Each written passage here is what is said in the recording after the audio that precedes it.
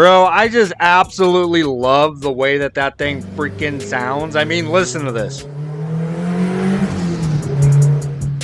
Yeah, dang, that thing sounds freaking sick.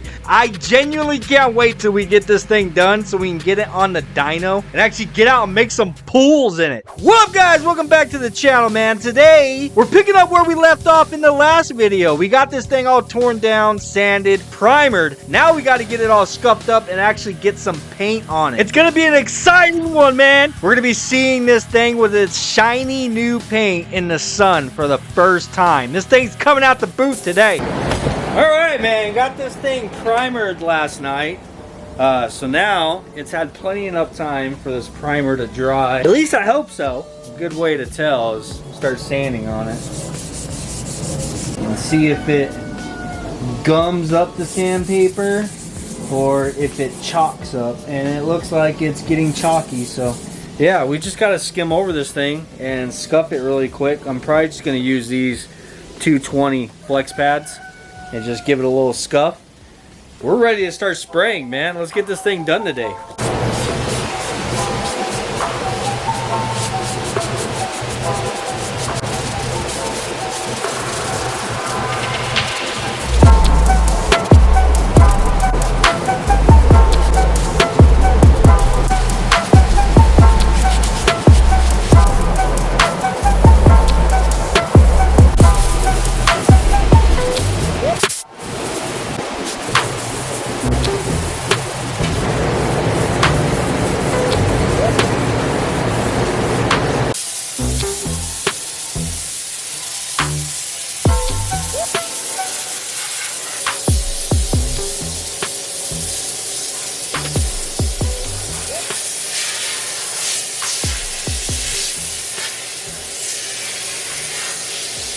All right, we got this thing all scuffed and I got all the dust blown off of it. I'm gonna go one more time over it to make sure all the dust is off before I actually start spraying. I have my paint mixed. I just need to finish stirring it here and get it poured into my cup. Of course, we are using gloss white Rust-Oleum. This is basically going to be a single stage. Anyhow, it is ridiculously humid out here, and I'm gonna have to try to retain my sweat as much as possible. So that is that's a pretty big issue whenever it comes to spraying something, especially something that you have to kind of reach out over, you know. And also spraying like over here, you don't want your sweat to drip and then it can get into the path of the gun and splatter. Dude, I've had it happen before. So I have a painter's hood, like a mask that I'm going to be putting on to try to kind of catch my sweat. And then also, if I need to, I have a bandana that I'm going to tuck into my shirt and up around my mask and stuff.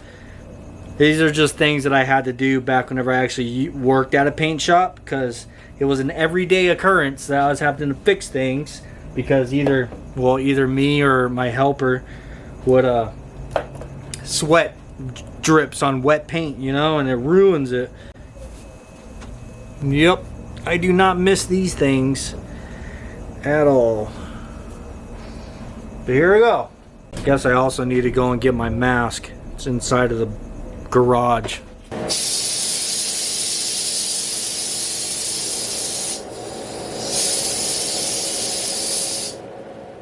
Alright, so to explain to you guys really quick what it is I'm doing right here, because I 100% guarantee you that this will help you if you ever paint a car and you use plastic to mask things off. I try as hard as I can to use paper wherever it is that I can, but unfortunately the doors and of course the rear trunk, that area is so large, so it's so much easier to just spread plastic to cover that whole area. Now, whenever you primer the car, the primer builds up on this plastic, and if you're to hit that plastic plastic with any kind of compressed air, it goes absolutely everywhere like confetti. And you are completely screwed if this happens while you have a wet coat of paint on the car. So that's what I'm doing here is first I am going over the plastic with a coat of paint. You just kind of cover over that dried up primer that's on the plastic with a nice heavy coat of paint. I know it seems kind of wasteful, but believe me, it's a lot better than having to wait for the car to dry to sand that stuff back out of it. All right, let's get into this thing.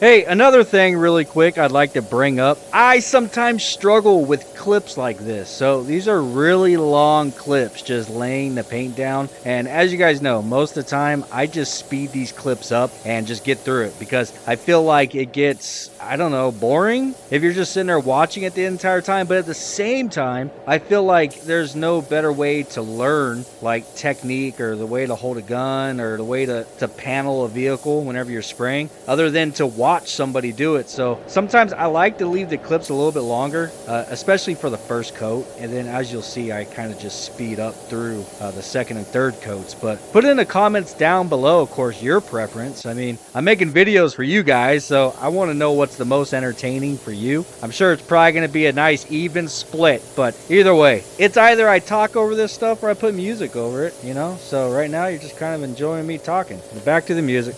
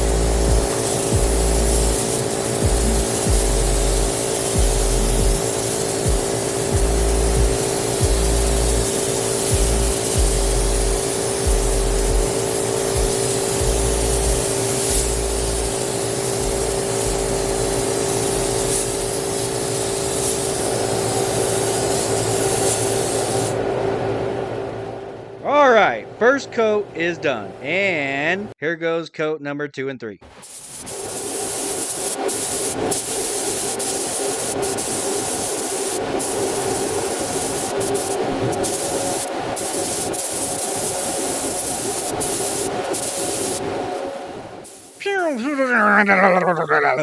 That was like a whole hour of my day that you just watched in 2 minutes. Yeah. Rock and roll, baby. Rock and roll. Yes, motherfucker. Dun dun dun! Woo! Yeah, buddy. The smell is still very strong in here. Anyhow, it's been a couple of hours since I sprayed this. I do want... Oh, it is surprisingly not very sticky. That's interesting. So I was looking up, I guess you can use a catalyst inside Rust-Oleum or a hardener. I used the catalyst that I normally use on all like my Matthews paint type stuff. I added some of that into the paint and it seems to have helped it dry a lot faster, and it should also basically act like a hardener to where the paint is a lot harder than normal. So yeah, dude, came out pretty good. Got a nice heavy 3 coats of paint on here, and dude, I didn't get a single run absolutely anywhere, dude. What is up? Holy shit. I will say there is some little spots of dust and whatnot in some areas, but we will be able to wet sand that stuff out. That's what's good about it. I mean, it's the same as like if it was clear coat. You can come back and do some light wet sanding and then buff it back to a shine, you know? So that's the plan. But anyhow, we are supposed to have another dust storm and rain and everything again tonight. Wow!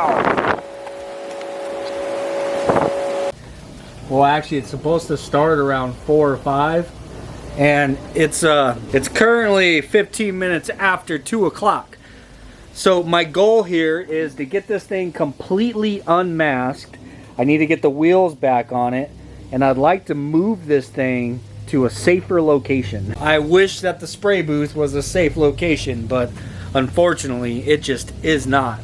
That dust storm that we had the other night completely coated everything in here with dust. It comes in no matter what, through the filters, I don't know. Anyhow, I'm gonna go over and try to carefully get this thing unmasked because the paint is not dry to the touch yet.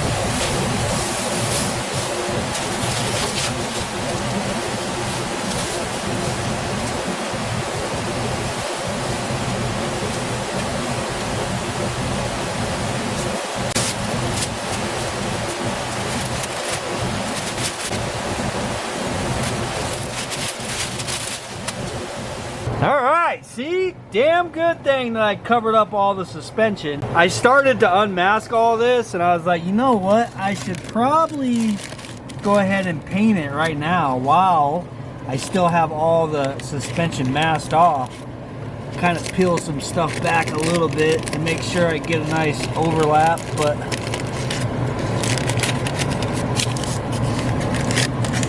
especially back down inside of there. I can get all that painted back to black before I take that off, and then I don't have to worry about overspraying the stuff with the black, you know? Just a quick old rattle can job.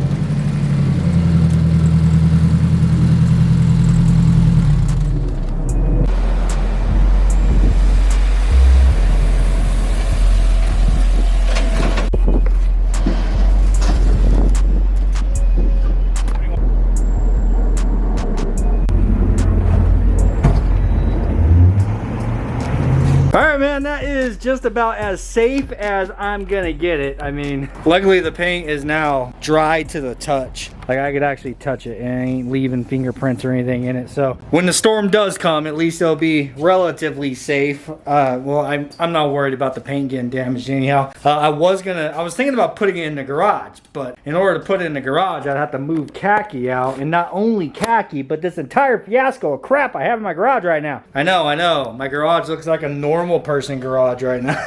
But whenever I'm using my spray booth, it kind of means that I lose my my e-bike storage. I have to, because that's kind of where I just keep all that stuff. So it's all in the garage for now. Anyhow, whenever that Rust-Oleum paint dries, that stuff is like strong, all right? It is hard as a rock, buddy. So I'm not worried about it. Now I need to come out here and I got to get my spray booth cleaned up. I got to pick up what's left of the masking and clean off my workbench again, put some tools away, blow all the dust and everything out, because we are nowhere near done. I have all of this stuff now that we have to spray, and this is probably going to be the much more difficult. The fenders are going to be pretty easy, but the doors, they definitely need some body work, and of course the rear hatch, it's going to require some work, or the rear trunk, my bad. Bumpers, they're plastic, they're more work, but it's all good, dude. We will get through it. Don't forget, man, this car is being built for you guys. This thing is a giveaway, so this can most certainly be your car for $5 freaking, man. Every $5 you spend at deadbeatgarage.com gets you an entry towards winning this car. Link is in the description down below, as well as I do have some new merch up as of today. As you are seeing this video, I dropped some new stuff, so I hope you guys enjoyed this one. If you did, please do smash the like button. Peace, and we will see you on the next one, where hopefully we get all the rest of the stuff done. Hopefully, fingers crossed.